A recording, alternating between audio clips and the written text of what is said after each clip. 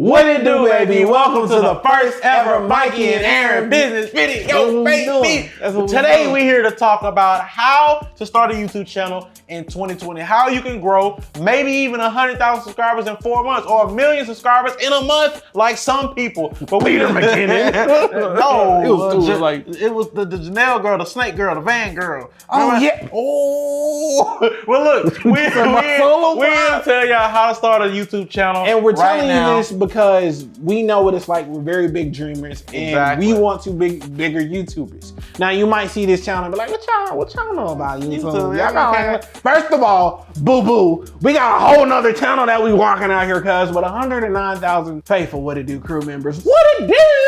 Not only do we have that channel, we had a channel with 55,000 subscribers. We had an older channel where we got it to 10,000 before. So we know a little bit about YouTube at this point. So we wanted to share those tips with y'all. We also got a little bit of drip, a little bit of secret sauce. A little secret sauce. So if you want to hear that tip, which is gonna get you views real quick, then stick around to the last tip of the video. Oh yeah. You'll be able to hear that. And I know some of y'all heard us say 100K in 4 months. How the heck did you do that? Well, if you want to know, there's a video that explains our story in depth. It's linked in the description. It's on our channel with 100,000 subscribers. And you can just click the link in the description and you can watch that after this. Now, one thing I do want to say beforehand to preface everything, always remember results may vary. Exactly. But at the end of the day, hard work and dedication is where it all is. You have people that make several videos for several years and don't blow up until they post that one video and it just takes off. And then you have those people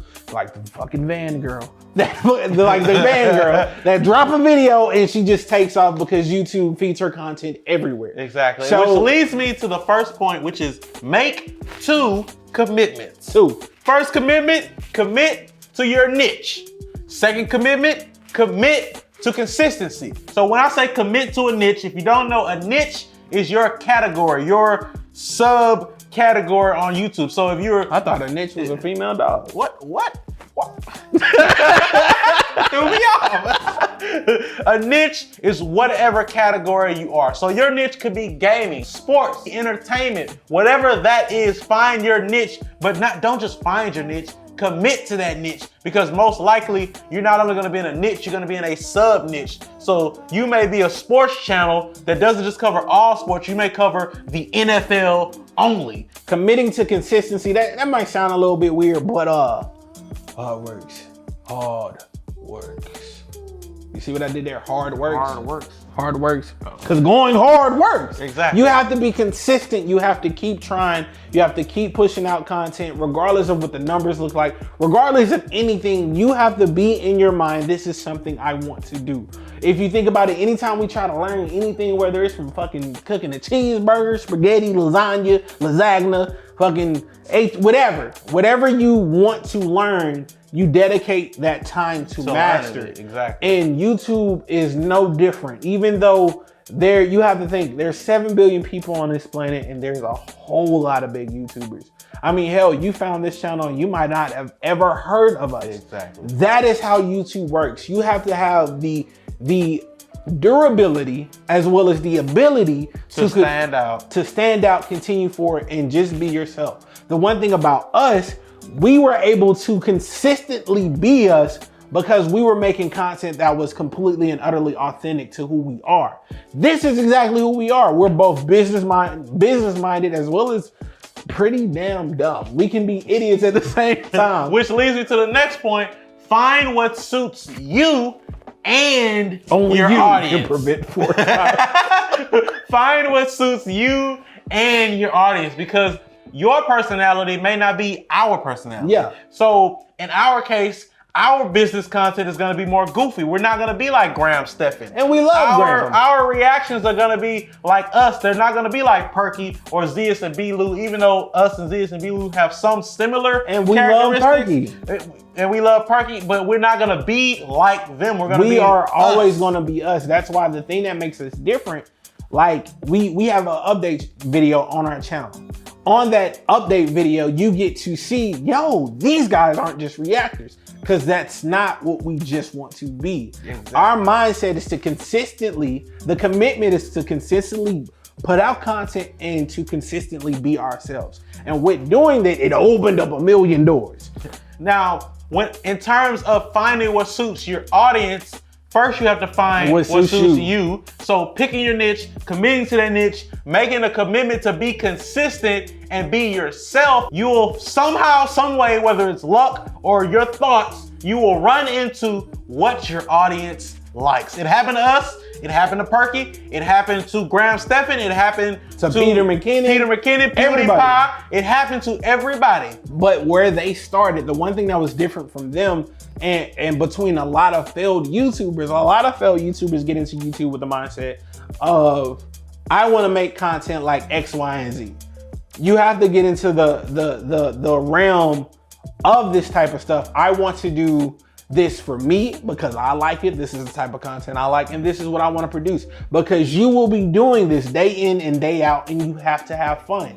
The reason why we do reactions, we have fun. The reason we're doing an anime channel, we have fun. The reason we're doing a gaming channel, we have fun. The reason we're doing a business channel, we have fun. Whether it's making money, whatever. It's all about who the fuck these two kids from the Bermuda Triangle, that's what we call where we live, the Bermuda Triangle, because when you out here, you don't get out of here.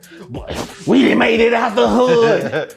But that all of that was to say, find what suits you, your audience, be consistent, all that stuff, but find what's hot in your niche. True. So if you're doing sports and somebody just broke their leg, shattered them up in a million pieces, you better be doing some type of video. I don't wish that on nobody, but you know what I'm saying? If an underdog just won a championship, you better be talking about the underdog in some form or fashion that lets you stand out. Like, say for example, you want to make a channel about hockey, right? That's all your channel wants to, you want your channel to be centered around.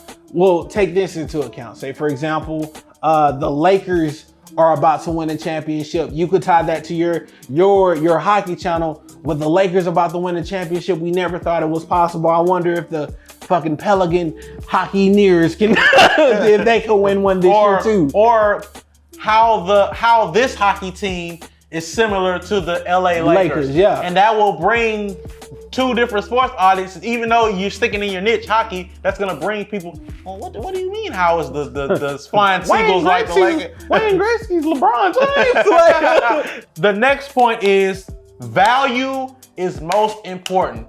It doesn't matter the type of content. Not value is most important. Value is king. Value is absolute king. Once again, doesn't matter the content. If you're here to make people laugh, you are entertaining. The value is in you entertaining and making them laugh and making them be able to escape their life. If you're doing vlogging, your job is to bring people in on your life so they get to feel that life, to live through you vicariously. No matter what type of content, value is king. The next thing, don't look at the numbers. Don't at all. Don't by any means. Because when you're first starting, you're gonna see those videos with 1 view, 5 views, 10 views. It's gonna be dookie water. 50, 30, some might get 300 and some might come back down, you might get 10. Dookie water. It's gonna be dookie water. But if you don't look at the views and you have consistency in mind, you will constantly be able to push forward and continue. And then there does come a point in time where you do look at the numbers, but not at the beginning. The only thing on your mind is to put out the content, see what people like, and go from there. Exactly. Now, by seeing what people like, the engagement doesn't always have to be views. It can actually be comments. A lot of y'all know this, you hear it all the time, but you don't realize how important it is to have great titles and thumbnails, because you can have the best video in the world, the greatest ever man-made video in the world. But if it doesn't entice people to click on that video, it doesn't matter, because the first thing they see is a thumbnail. Scrolling down, when you're scrolling, the first thing you see is a picture and you go, what's this? And you look at the title and go, okay, I'm gonna watch that. So that lets you know how important titles and thumbnails and even the description is. And now it's time for the secret sauce, the drip. The drip too hard, don't stand too close. We gonna go around and drown. All right, I'm gonna get to it. This is something, I don't have a name for it, but this is something I found out about, and I was like, that's interesting. I wonder if it works. And it actually work. So let's say you're a business channel, right? Yeah. You make videos about how to Be earn more successful money, on how to YouTube. be successful and stuff like that. Yeah. You want to find other creators who are in your niche who also make the same types of videos or in a similar niche. So if you're a business channel about YouTube, you could be looking at channels about YouTube. You could be looking at channels about finance, about cars. Look at those channels and see what their anomalies in their videos are. By that, you go to the channel and you just go through each video. You go through the most recent uploads or uploads of videos, and as you're scrolling down, look at the number of views. Now, say for example, the channel gets an average of 20,000 views, and then you see one random video with 300,000 views. You're like, what's this? That is an anomaly, and that's where you cut out and you look, you analyze and you create your own version of that. You don't even have to watch the video. Look at the title, look at the thumbnail, says what makes this more enticing than all the other videos, and say, can I make my own version of that? And you make your own version of that. That goes for business channels, comedy channels, reaction channels, gaming channels, all of that. Go to similar channels, similar creators, find the anomalies in their videos and go, can I make my own genuine version of that I can make better than theirs, even though I haven't even watched their video? But try to aim to make the best possible video you can make so that when people do find your video, they're like, dang, this person is dope. And that's the strategy. Find the anomalies, make your own version, don't copy. Y'all remember what happened in school when you copy, you got an L. Exactly. You gonna fail YouTube. That's gonna do it, y'all. That's it. That's the advice you need to take. It may not have been presented in the most professional form or whatever, but look, that's what it is. That's literally how we grew 100,000 subscribers in 4 months. Quite frankly, my dear, I don't give a damn. My brain touched the back of my head. Look, that's it, y'all. Take the advice. If you want to hear our story about how we grew 100K, go check it out on our other channel. Link in the description, and we'll catch you in the next video. And I'm out. Wait, whoa. Let us know in the comments what y'all want to see, though. But yeah, all right, we out.